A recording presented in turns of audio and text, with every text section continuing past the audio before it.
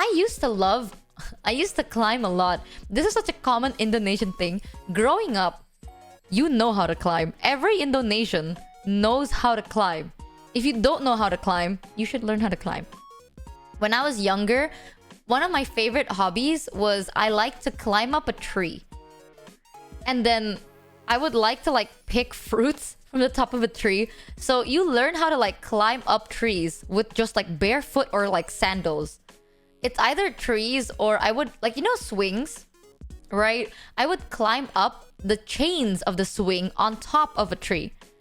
I used to be a little bit of a monkey, you see. Yeah, when I was a kid, that was my nickname.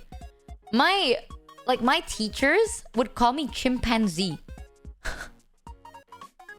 They would be like, okay, that's our chimpanzee. Because every time it's like, okay, let's play tag.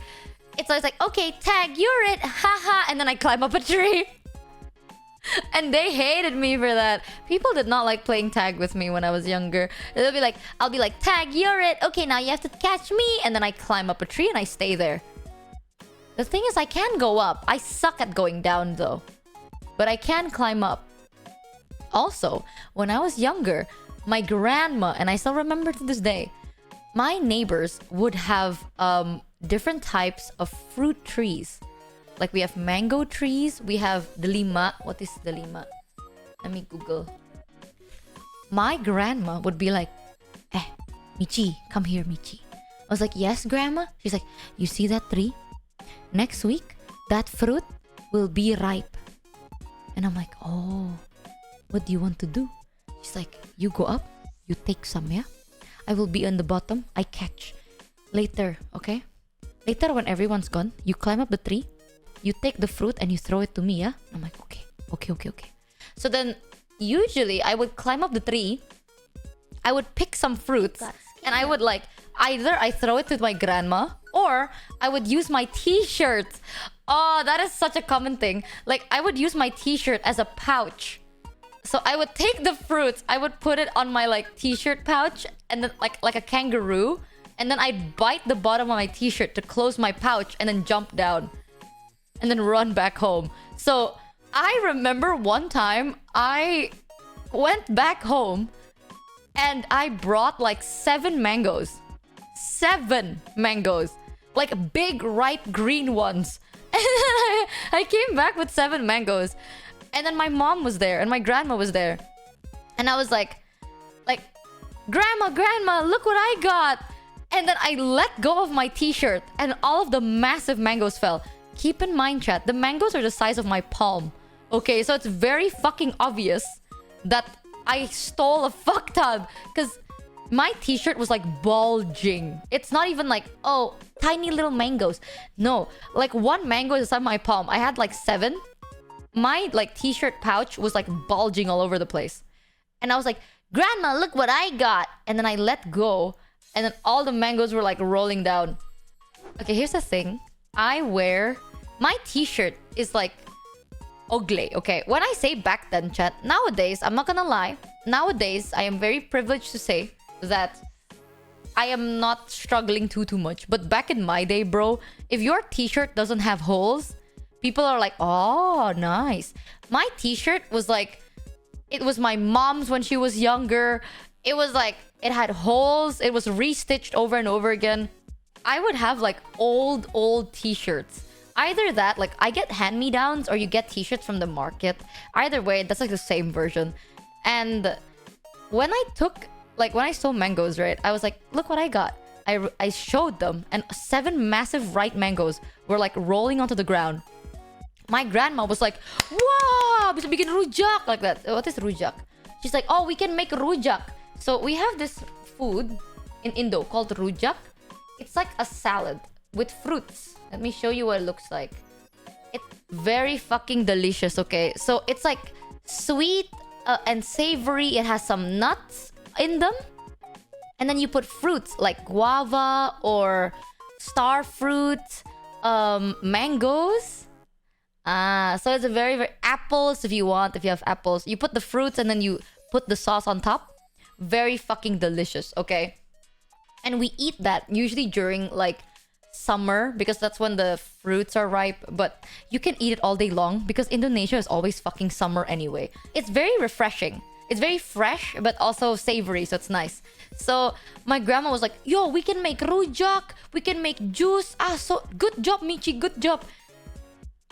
And my mom stared at me and my grandma in fucking horror. My mom looked at me, looked at my grandma, looked back at me, and she was like, what are you teaching my daughter? And my grandma's like, what la? Why are you so angry? Mom was like, where did you get the mango? And I'm like, neighbors.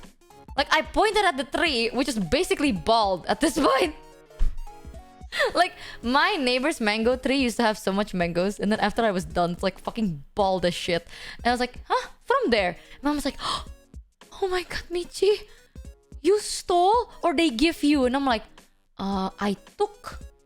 I don't steal, I take. She's like, do they know you take? And I'm like, they don't know I didn't take.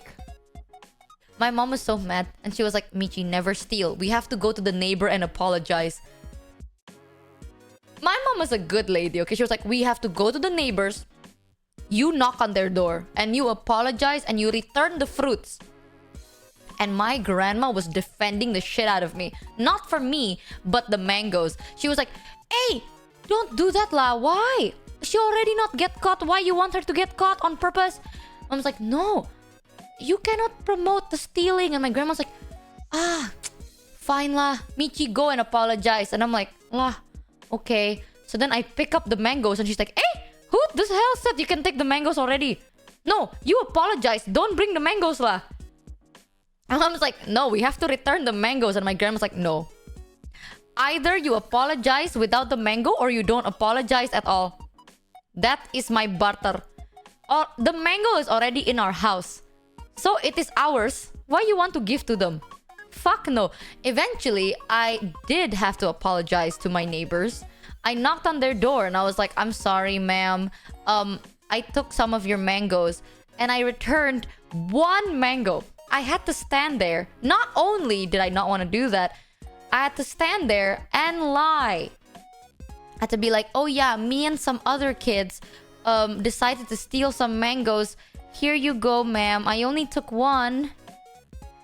So on that fateful day, I learned 2 big life lessons. Number 1 is make sure you show your winnings to an accomplice. Number 2, if you get caught, I suppose double down. So yeah, I learned a valuable lesson that day. Ever since then, every time I do something like that, I never tell my mother. I just go like, "Ay, grandma, don't tell anyone.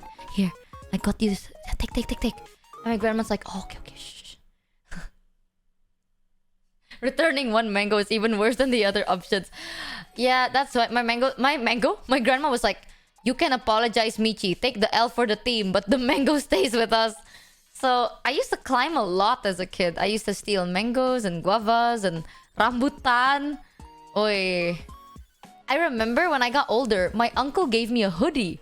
That was my first ever hoodie. I still remember it. It was a like maroon red hoodie with a picture of like Hot Wheels cars that are like is in the center of it, and it just says Hot Wheels, and the cars are like jumping out of the frame. It was so ugly, but it was so cool. And that was my first ever hoodie. Yeah, my first time getting a hoodie, I realized how nice it is to steal fruits with a hood. Who knew stealing could have been so easy? Here's the thing, in my family, okay, we have the goody two-shoes. My mom and my brother is always very like lawful good. You know, they're like, always make sure to follow the rules. This is what is best. Follow it to a T. However, my dad and my grandma is like chaotic good to chaotic neutral, I'd say. Because they're like, who technically, if you're not doing harm, choose the option that benefits you. And I'm like, you know what? I learned a lot of things. One of the things my dad told me is, Michi, when you enter the business world, and I know this sounds mean, but it did help. It was like, when you enter the business world, Michi, remember this, okay? Be as gentle as a dove, but as like sly as a snake, or like conniving as a snake, you know that. It's like, make sure, be as gentle as a dove, but as conniving as a snake. And I didn't understand what it meant at that time, but then after I went to school and then I went to work, it made sense. You know what? Makes sense. And my mom hated that. My mom was like, no, Michi. Be honest and true. Always be honest. Never tell a lie. Never, always be honest with how you feel. Always stand your ground. But my dad is like, Michi, listen, you don't have to be honest. You don't have to lie either. Silence is technically not lying. And if they just, sometimes when someone says something and you nod, you're technically not saying a lie. You're just nodding. And if they interpret that as an agreeing thing, that's on them. That's how my dad taught me. He's always like, you don't have to lie, but you don't have to tell the truth either. So I was like, cool. Yeah, it's a lot of those. So growing up, it was very confusing. Because in one hand, my mom taught me to be honest and truthful and all that stuff, or not I go to hell. And then my dad says yes to my mom. But then once my mom is gone, my dad's like, Michi, you know what? Just sometimes... one thing that my dad told me that I still remember till this day. My dad said, people like the truth if it's seasoned. They're like, hey, life and food is very similar. People like the truth if it's seasoned well. And I think about that a lot. It makes sense. And my mom's like, no, the truth and only the truth. And my dad's like, eh. The shitty thing is though, my mom, because she's very honest, she does get fucked over a lot of times. A lot of people don't quite like my mom because she's a very honest person, She tells it what it is. My dad is a very beating around the bush, loop around in a couple of circles, and then perhaps lie. Like, my mom is, you ask questions, I tell truth. My dad is, you ask questions, I will decide to travel around the world, perhaps twice, and then I will make 3 circles, and then I lie. That's my dad. So, growing up, I had to kind of balance it, where it's like, sometimes the truth is good, but sometimes I agree, people are not ready for the truth. Makes sense. So very odd. My dad also taught me that if you don't have glue, you can just use rice. And I wish I'm kidding, but this is what long time ago. Okay, this is long time ago. This is kind of a bad story actually, but very interesting. Do you want to hear a horrible yet interesting story that is kind of horrible? Back when printers weren't really a thing, but you don't have a printer at home, but you do have you need to go to a store to print stuff, right? And my dad was looking for a job at that time. You got scammed. But obviously, he wants to get the most high-paying job, right, that he can. Yeah, the good old days, Nowadays, people can just click print from a phone and it prints. But back then, my dad wanted to find a job. And he went looking at different establishments to be like, hey, interview, blah, blah, blah, blah, blah. And back then, if let's say they want to hire you, they will write something down, right? You can ask them to write down what they're offering. So it's like, okay, I am available to work 6 days a week, 10 hours a day, blah, blah, blah. How much are you going to pay me? And they're like, okay, I will pay you, let's say $150 a month. Which is, at that time, for Indonesia, that's a lot. 1.5 is a lot of money. So it was like, let's say, I don't really know how much, but let's just say, he goes to one office, and they're like, okay, I want to hire you for $150 a month. And my dad's like, okay, can you have it written? So the interviewer will take a piece of paper with the company's header on it, write it down, and then put a stamp, right? It's always that sealing stamp. So they stamp it and then they sign it to be like, yep, this is the agreement, 150 USD a month. I think it's maybe less than 150. I don't know. I'll just use 150 as an example. So my dad will be like, okay, thank you for the offer. I will get back to you in a week, right? And then he leaves that office and then he immediately goes to another job. And he does this with multiple jobs. I think he went to like 6 different job interviews. Some he got denied, but by the end of the day, he got like 3 job offers. One job is offering to give him $150 a month. The other job offers less, but they also offer less working hours, or they have different like opportunities, like, oh, you have paid leave, stuff like that. And then the other job offers to pay more, but for more time, right? And this is so bad, but this was how he got by. My dad would, like, he went home. He decided to pick his, like, the biggest company that he got. So the company that, like, a lot of people in the area have heard of. He took that company, and then he decided to scan it, right? So he made a scan of that page. And then he cuts up, I shit you not, he cuts up different words from different people. And then he sticks them on top of that piece of paper with rice to formulate a sentence. So it's as if the big company is offering to pay him more for less time with extra like stuff like that, right? With extra benefits. Is it illegal? Listen, man, this was like, I can't tell you how long it's been because now then you'll know my age, but this was ages ago. And you gotta do what you gotta do to get by. So then my dad took that and then he scanned it. And then the next day, he went to the job he actually wants. Because there's this one job he really wants to work in. He went there and he's like, okay, so what's my pay? And the interviewer goes, okay, so I am willing to offer you $100. And he's like, oh, I don't know. And he's like, why? What's wrong? What's wrong? And he's like, you see, I was very willing to start right now. But here, look at this piece of paper. I got this offer from the other company and they offered me these things. And the offer seems very enticing. I was so ready to work right now too, and blah, blah, blah, blah, blah. Man. And then he would give the scan paper to the interviewer, and the interviewer would read it and be like, they're willing to offer $175 a month and paid leave for like only 5 days a week. And then he would read and he's like, okay lah, hear me out. I will pay you $175, but you work 6 days a week and you get paid leave, but 6 days a week. And my dad says, deal. And that's how he got a higher deal.